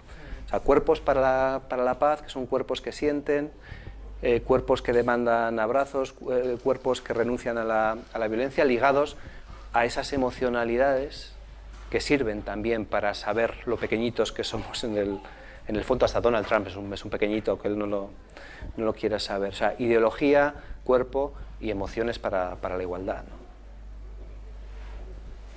Mientras tanto, para estos hombres valientes hay que creo que los grupos de hombres me parece una experiencia donde se ha hecho muy interesante. Sí, el tema de los grupos de hombres es interesante, pero la capacidad de llegar a muchos hombres es compleja, ¿no? O sea, ahora mismo estoy haciendo una investigación en Vizcaya y esta semana estoy entrevistando a los grupos de hombres, ¿no? Y la mayoría de los grupos están 6, 5, siempre empiezan 15, terminan 5 y para reunirse es como... Es una experiencia muy bonita, es una experiencia terapéutica que muchos hombres la hacen a través de grupos de crecimiento personal. El trabajo que hacéis desde Ayumaya, por ejemplo, yo creo que contribuye a esto de una forma clara. Yo creo que tiene que haber una especie de doble vía, ¿no? De trabajo personal, y los grupos de hombres son muy potentes, pero también tiene que haber una significación pública y política, ¿no? O sea, a veces puede estar bien el trabajar con los grupos, y otras veces puede ser muy interesante decir, bueno, es que, por ejemplo, el tema de la violencia contra las mujeres es una emergencia y requiere de respuestas ya. Pero mientras tanto está bien trabajar con los grupos. Eso podríamos hablar mucho, ¿eh? Hola, tengo el micrófono. No querías hacer uso del bienvenido en el... Eso es el patriarcado, tener el micrófono. Bueno, son muchas cosas y voy a dejar otras tantas por comentar. Lo de espacios de confianza. Yo hace cosa de un año en mi entorno hubo varios casos bastante graves de maltrato y bueno, una serie de personas, de hombres, decidimos empezar a reunirnos para cuestionar nuestras masculinidades. Ay, qué bueno. El grupo a día de hoy somos 3 personas. Pero realmente es lo que decía aquel compañero antes, de que él va a su trabajo y él tiene un discurso y no lo van a entender. Pero puede quedar un pozo porque hay una persona, la rara Luis, que solo con su presencia quizás ya esté cuestionando Matrix, ¿no? Entonces, ¿qué ocurre también? Que puede pasar el efecto contrario. Que a mí o a uno de mis compañeros de este grupo de masculinidades o de los grupos de apoyo de confianza máxima mixtos donde con compañeras hemos tratado ciertos temas de agresores para sacar a esos agresores de ciertos espacios, porque las compañeras no confían en ir a la policía. Vemos en la televisión, en el diario todos los días, que ocurre muchas veces cuando se denuncia. Y bueno, en Logroño, yo soy de la Rioja Baja, hay gente preocupada por estos temas, pero somos poquísimos. Somos poquísimos y nos cuestionamos. Yo me cuestiono porque yo tengo una manera muy diferente de entender la vida, de entender las relaciones, porque yo desde pequeñito, mis padres me han enseñado a cuestionarme todo desde la educación. Entonces, a mí me pasa, yo me muevo en diferentes ambientes y tengo por un lado los amigos de toda la vida, donde es un grupo machista, un grupo de WhatsApp. Yo entré hace poco y dije, como vea cosas de vídeos de mujeres en pelotas o cosificación de la mujer, ese tipo de cosas, me voy a salir, pero antes os voy a cuestionar y os voy a dejar con una en la cabeza. Entonces, cuando haces ese tipo de cosas, que no puede demasiado, lo siento, lo que ocurre es que hay un efecto rebote. ¿Por qué? Porque si tú, siempre respetando lo que digan las compañeras, por supuesto, y no entrando en la no, he descubierto el feminismo, he descubierto el cuestionamiento de las masculinidades y vengo y vas donde tus amigas a ocupar sus espacios, porque eso no es idea.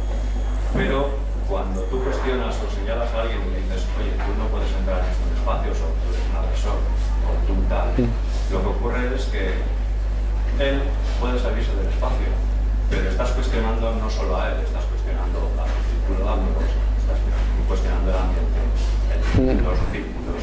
Entonces, que todo el mundo se cuestione, te van a dar una palmadita en la espalda, te van a decir, oye, está muy bien eso que haces, pero el efecto rebote es que te dicen, oye, que es que eres una persona molesta, no vengas a estos espacios tú, cuando realmente quieres cuidar esos espacios, para que sean espacios no seguros porque es imposible, pero que sean un poquito más seguros. Y entonces ocurre eso, pero yo tengo muy claro que yo en mi cuadrilla de amigos de toda la vida, yo les cuestiono, en otros ciclos en los que me muevo, cuestiono también, y que somos poquísima gente, o sea, poquísimos hombres los que nos cuestionamos. Pero hay que deconstruir toda esa masculinidad y ver qué es lo que hacemos. Yo tengo amigas que el día que dijo, oh, esto de las masculinidades, ¿qué es? Y les pregunté y les dije, oye, ¿qué tal estás? O sea, me estaba ocurriendo esto y tú has tenido episodios de violencia. Si no te importa, cuéntamelos porque me interesa. Porque me interesa el hecho de estar ahí, de poder apoyar y de ver si yo he agredido en algún momento. Entonces, cuando abres esa puerta, pierdes amigos, sin duda, yo los he perdido, seguramente pierda unos cuantos más con el paso del tiempo, pero por el contrario, quizás ganas amigas o ganas gente que realmente merece la pena y que tienes que tener a tu lado. Entonces, allá cada cual, no hace falta que tengas 2 millones de amigos, quizás puedes tener un ciclo mucho más reducido. Que han ejercido violencia con compasión, entendiendo que es fruto de una construcción cultural. Son responsables absolutamente ellos de lo que han hecho, pero nadie, como plantea Miguel Lorente, ¿no? O sea, ningún maltratador es un autodidacta, sino que ha aprendido todo un sistema complejo que ha condicionado su identidad, que se ha adscrito a una ideología y que funciona en base a los valores de esa ideología, de poder y de privilegio masculino. Y efectivamente todos, esa idea de los talleres de autodefensa, ¿no? Pues va una mujer por la noche a casa, tú vas por detrás y estás produciendo miedo por el hecho de ser hombre y tú realmente estás pensando en, yo qué sé, que acabas de salir del armario, que no tiene nada que ver, pero solo por el hecho de ser hombre y estar en un contexto generas temor. O sea que de forma inconsciente o consciente, de forma voluntaria o involuntaria, por el hecho de ser hombres, por supuesto que hemos lesionado a lo largo de nuestra vida. Pero yo de eso no haría, ahora de comprarnos todos un látigo y decir, venga, sino empezar a juntarnos con hombres y con mujeres, a hablar de esto y empezar realmente a implicarnos y a hacer de esto no solo una cuestión personal, sino una cuestión colectiva, pública y política. ¿Que estamos en un sindicato? Pues vamos a implicarnos en temas de género. ¿Que somos empresarios? Pues vamos a trabajar temas de corresponsabilidad, porque desde ahí es donde se construye la equidad, ¿no? Y luego tener esperanza que hasta los más garrulos no saben lo bien que estarían emancipándose, y mirar al resto de compañeros así, con compasión. Hay mucha gente que me critica también esta parte de la compasión, pero a mí me parece que es profundamente liberadora, porque no nos sitúa en un plano de superioridad, oye, que yo he tomado conciencia y ahora te voy a explicar a ti lo que tienes que hacer. No, pero yo con humildad estoy en mi proceso, he tenido la suerte de haber alcanzado un mayor nivel de conciencia, de haber leído sobre feminismo, de compartir con mujeres feministas, de compartir con otros hombres. He tenido esa suerte que me ha dado la vida, que yo algo habré hecho también para estar allí, pero yo no haría ese tránsito desde la superioridad moral, que también hay algo que no he comentado antes, también la influencia que tiene la ideología política y cómo algunos absorbimos desde una idea de izquierdas que yo sabía cómo había que cambiar el mundo. Yo tengo la receta y se la voy a repartir a la revolución socialista. Esto no, vale, pues muchas veces cuando nos acercamos al feminismo parece que también tenemos las recetas, y yo creo que esto es bastante más más complejo, pero muchísimo, pero ánimo y juntarse. Como decía Lola Flores, si me queréis, juntarse, ¿no? Hola, yo estaba todo el rato pensando en el referente de Miguel Lorente, que estuvo en una charla, y que habían intentado que los jugadores de fútbol como Messi participaran en alguna acción contra los maltratos y que no habían querido implicarse en ese tipo de acciones, porque los hombres no los vieran como alguien débil, ¿no? Yo, fíjate, no era consciente de que estaba siendo tan difícil para vosotros. O sea, pensé que a los hombres que estabais viviendo vuestra masculinidad de otra forma, no se os veía tan mal como a las mujeres feministas que querían robarles los privilegios a los hombres. Entonces, muchas gracias por vuestra labor y que yo veo que sois eterno, ¿no? que pensaba que iba a ser más rápido, pero que no progresa adecuadamente, que va súper lento, ¿no?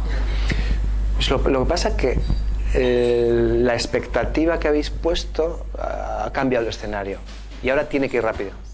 Tiene que ir rápido. Lo que ocurre es que las transformaciones profundas en las identidades personales y en la cultura colectiva de la masculinidad no van tan rápido. Lo que pasa es que yo creo que tiene que haber una especie de muro de contención ético. O sea, hay dos cuestiones que son básicas para que realmente podamos vivir en una sociedad digna.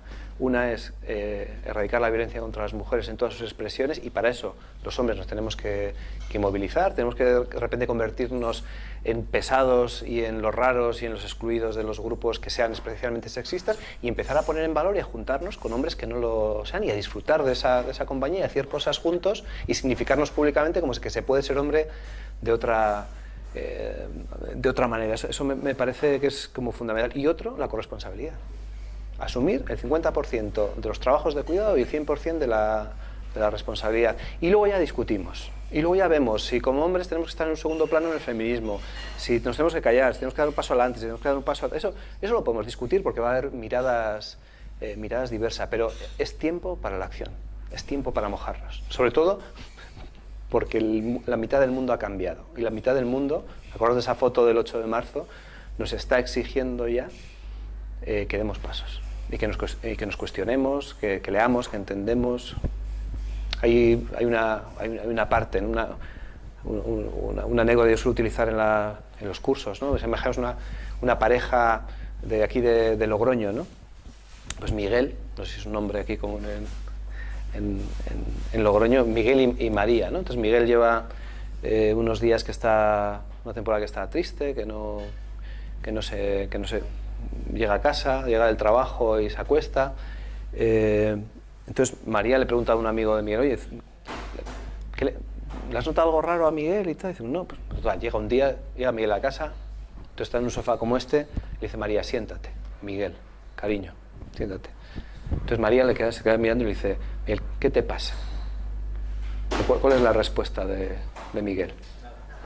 Nada. Pero nada probablemente sea que están pasando 100.000 cosas, sea todo. Y para mí la gran revolución pendiente es quitar el velo, o sea, tocar en cada hombre su botón del Matrix, ¿no? Que les haga iniciar de una forma consciente, progresiva, un camino de cambio para el que nos van a necesitar.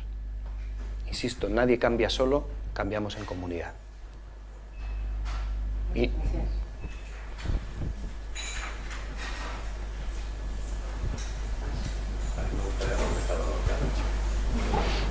bueno, has dicho que no sabías que lo estábamos pasando tan mal.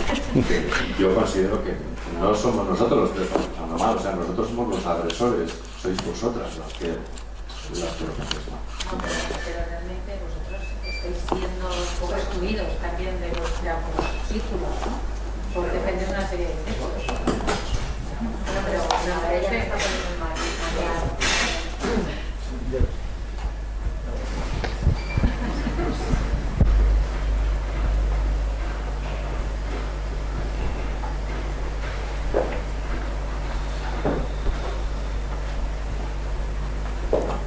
Gracias por el libro. A ti por leerlo, a ti. A ti. Me animo yo. Me he quedado impresionada me he quedado con el bombero y su traje ignífugo, porque has hecho una elipsis, no os voy a contar lo que hicimos en esas sesiones, y me pregunto, porque la metáfora del traje del bombero es fantástica, creo que todas y todos sabemos que o nuestro padre o nuestro amigo o nuestro X tiene una barrera protectora que no sabemos cómo atravesar, que queremos comunicarnos con ellos y no sabemos cómo hacerlo. Y me pregunto, en tu experiencia profesional con hombres, ¿qué tipo de reflexiones o qué tipo de detalles que puedes compartir con ellos hacen que se les relaje el traje ignífugo? Sí. Yo creo que es importante huir del juicio, no juzgar, o sea, generar un espacio de confianza. O sea, yo creo que en la medida en que los hombres nos sentimos más libres, transitamos más por lo auténtico. Entonces, es decir, que cuando tú vives con una armadura, de repente, cuando generas ese espacio de no juicio, ese espacio de escucha, la escucha me parece también muy importante. No, pues yo últimamente, aunque aquí me habéis escuchado hablar mucho, yo últimamente he vuelto a ir a grupos de hombres, me invitan a una sociedad gastronómica y voy con los chicos, con los padres. Un grupo de padres para un viaje a no sé dónde solo de chicos y ahí que voy. Y me está resultando muy potente porque estoy viendo matices también en las grietas, ¿no? Para mí hay una metáfora, ya sé que hablo mucho de los dibujos animados, pero es que es lo que me toca, ¿no? ¿Se ha visto Ice Age? Esa ardilla prehistórica que va... Que siempre provoca el cataclismo, ¿no? Entonces, de repente llega a ese espacio que está abierto, mete su bellota ¡crack! Y hace que se... Y para mí es muy importante buscar eso, esas grietas. Y en los hombres, por ejemplo, el ser padres de niñas es muy fácil. O sea, cuando tú hablas con... Bueno, yo solo pregunto, bueno, ¿y quiénes sois padres? Entonces, claro, para un padre que ha sido privilegiado en su vida, por ejemplo, el privilegio como que no lo ves. Es decir, a mí que mi pareja me haga más que yo, me cuide más, o mi madre me haya cuidado. Pero claro, de repente llegamos a la conclusión muchos hombres, de decir, claro, yo me he aprovechado de mis privilegios con mis parejas, incluso a veces me he pasado y en las fiestas de alegría fui yo el que hizo esto. Pero claro, mi hija, con lo que amo yo a ese ser humano, y por eso para mí conectar con el amor y los hombres. Hicimos un documental para un programa, para una mochila que repartimos desde Guisondus, desde Macunde hace años, para que veas, ¿no? Era un documental, está en internet, se llama ITAC, ¿no? Padres. Y ellos, claro, cuando ibas donde un escritor famoso te llevaba a su despacho para que lo entrevistaras. A mí se me ocurrió entrevistarle sentados en la cama de sus hijos e hijas. Entonces dejábamos la cámara, la dejábamos fija, me quedaba yo entrevistándoles y ellos. Pues de 11 hombres que entrevistamos, 6 tuvimos que parar la grabación pues se pusieron a llorar porque nunca jamás habían hablado de estos temas con nadie. Entonces hay algo que es profundamente transformador, que es ponerle la mano suave, o sea, no pegar golpes, poner la mano con cariño y preguntar ¿qué tal estás? Pero mirando a los ojos. Entonces claro, la respuesta normalmente va a ser bien, bien, bien, y es respirar con él y decir, pero ¿estás bien? Compartir, decir, mira, pues yo estoy de esta manera. Yo creo que es algo muy, muy importante empezar desde tu propia experiencia, ¿no? Y dedicar tiempo para hablar de lo emocional, salirte un poco del círculo clásico, de las conversaciones clásicas, de los espacios clásicos, hacer cosas diferentes con los hombres. O sea, estrategias hay muchas, pero lo bueno es que la mayoría de los hombres somos ahí como esa olla a presión que habla Michael Kaufman, ¿no? Hay muchísimas cosas, no es cierto que nos pase nada, pasan muchísimas cosas y tenemos ganas de saber qué significa y tenemos ganas de que esa presión que tenemos de las emociones tóxicas salgan y nos dejen tranquilos de una vez Tenemos tanta necesidad que, como dicen aquellos, los caminos del Señor son tan diversos, pero sobre todo creo que tenemos que confiar que detrás de ese ser humano hay un hombre que siente y que quiere liberarse. Tenemos que sentir, dices, pues que ha sido un capullo, es que ha sido un maltratador, ya, a pesar de eso. Es que ha sido cerrado, es que fíjate, los privilegios, lo que me ha hecho, ya. Pues yo creo que estos días, con todo el tema de la manada, yo empiezo a estar como un poco cansado, ¿no? de la idea de la cárcel, sí. O sea, lo terrible del caso lo comparto absolutamente, pero es que tenemos que empezar a trabajar prevención ya, porque hoy en día se están socializando nuevas manadas y tenemos que poner el foco en esos chicos. Y además, un poco en la línea de lo que planteabas tú antes, si en el grupo de WhatsApp de la manada, creo que eran 21, hubiera habido un tío liberado, potente, que hubiera dicho hasta aquí, genera el Matrix, y entonces hubieran tenido que hacer una manadita con los... Decía José Vicente Márquez, que fue el primero en España que empezó a crear grupos de grupos de hombres, decía que él trabajaba con hombres sensibles o machistas recuperables. O sea, que no trabajaba con cualquier tipo de hombres. Entonces, al final el sexismo es como el nazismo. Dices, venga, vamos a mirar con compasión a un nazi. Bueno, con matices. O sea, alguien que hace un alegato en contra de la igualdad, en contra de la dignidad de las personas, que hace un alegato homófobo, decir, bueno, lo que tenemos que hacer es un muro de protección. Pero tenemos que pensar en la inmensa mayoría de los hombres que están ahí, que están en el medio a los que se puede llegar, a pesar del traje ignífugo. Porque además lo bueno es que no saben que lo llevan. No saben que lo llevan y en realidad todos llevamos uno. Y ninguno sabemos de su grosor y su capacidad de contención. De todo lo que has hecho, quizá lo que más... lo que más me perturba es que yo te he preguntado qué puedo hacer, qué puedo decir, y tú me has contestado crear un clima, que no es algo que hacer, sino es extender la mano. Para eso tengo que atravesar mi propio traje. Claro, hay una idea del feminismo que a mí me parece de Emma Goldman, es decir, si no puedo bailar no es mi revolución, ¿no? Porque muchas veces pensamos que tenemos que luchar, ¿no? Y que tenemos que enfadarnos y que tenemos que, por esa idea clásica de la lucha confrontativa, ¿no? Yo tengo la razón, tú estás obrando mal, te vas a enfrentar a mí porque yo tengo la verdad. Si nos reconocemos como Bell Hooks, ¿no? Como dice, que ella se autodefine como una mala feminista, si pienso que yo no estoy exento de contradicciones, en vez de luchar, bailemos. En vez de confrontar de una forma directa, decir, oye, ¿a ti qué te pasa? Igual le ponemos la mano, no nos contesta, pero igual si generamos un clima distinto y otro contexto y otro espacio, quizás consigamos que se abra. Y luego, claro, cuando tú siempre has vivido con una armadura, cuando tú siempre has vivido con un traje ignífugo, joder, que alguien te ayude a quitarte el traje, yo creo que es de las experiencias más satisfactorias que puede tener un ser humano. Hoy cuando he hecho formación en prisión, ha sido quizás de los procesos formativos más potentes que puede hacer, porque la inmensa mayoría de quienes llegan a estar presos es por exceso de ideología machista y de práctica sexista en sus vidas, ¿no? Y alguien que está preso, una vez un preso en Martutene me dijo, decía, mira, sigo preso, pero tú me has ayudado a quitarme algunos barrotes, ¿no? Eso que has dicho antes también me ha llamado mucho la atención, el coste de una carrera criminal, que has dicho que era como de 2 millones de euros. Sí, claro, sí.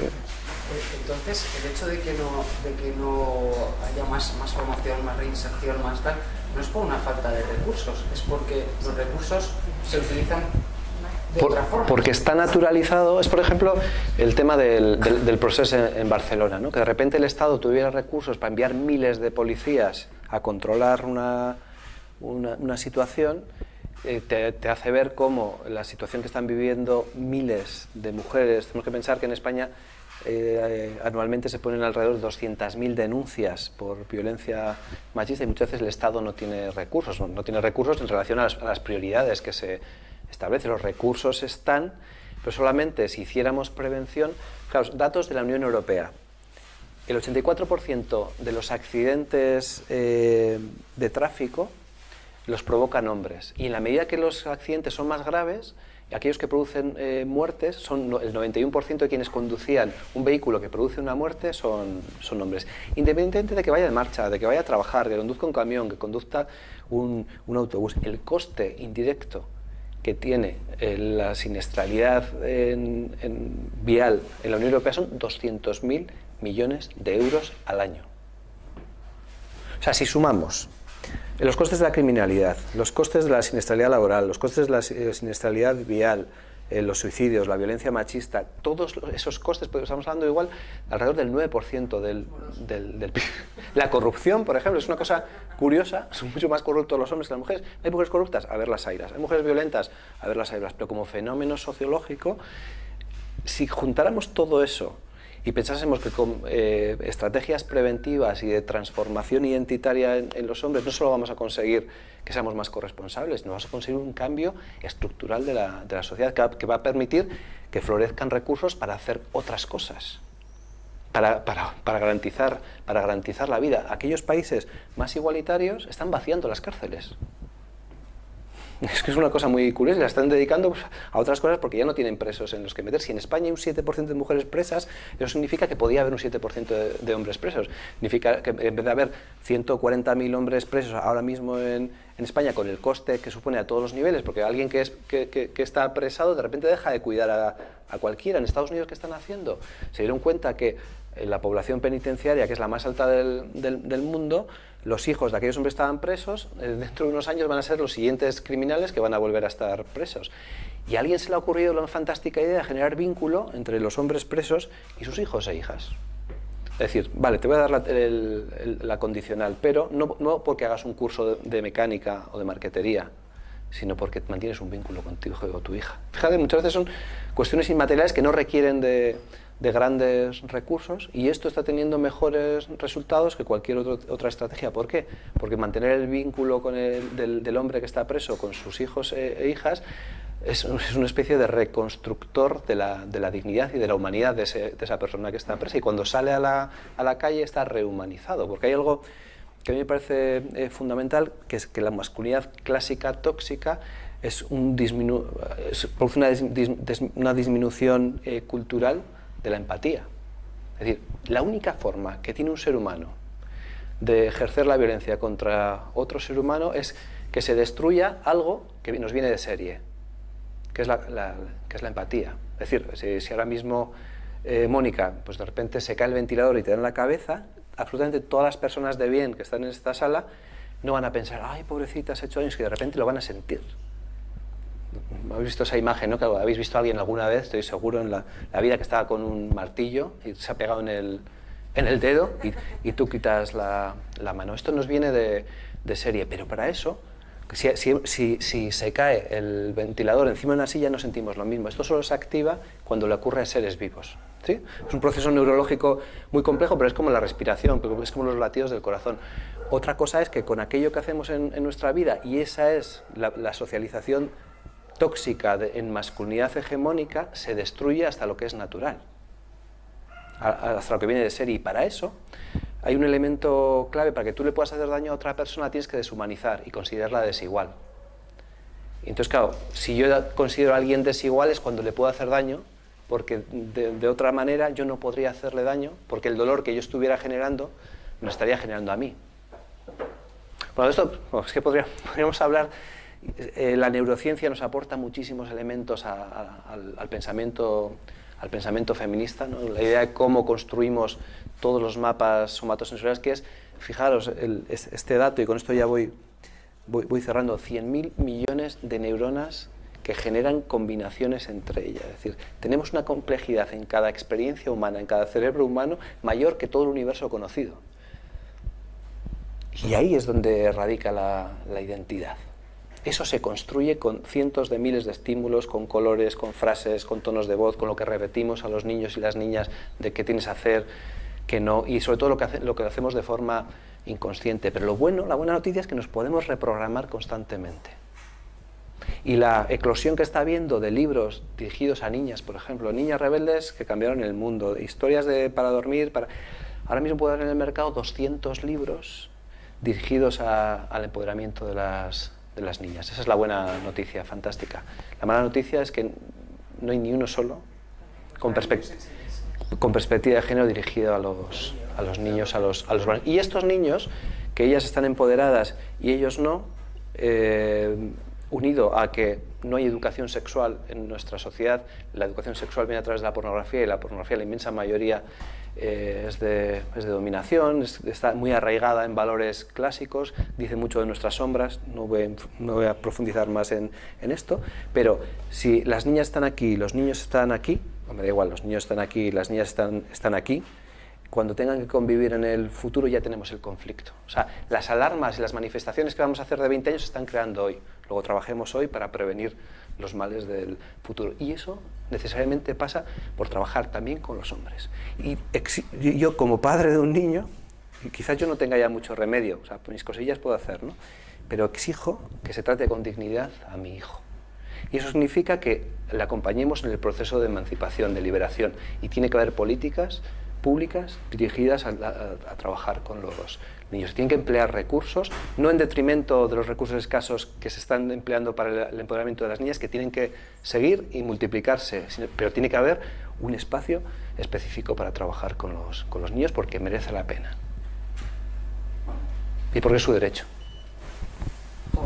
Muchísimas gracias, Richard. Creo que hablo en nombre de todos al decir que esto ha sido muy bonito.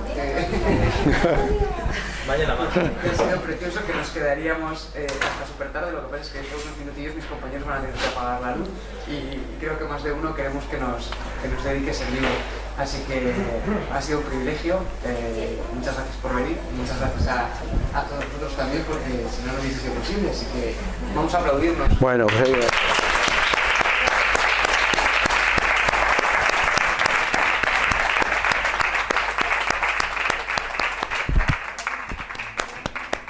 muchas gracias. Está súper a gusto, ¿eh? Voy a volver a Logroño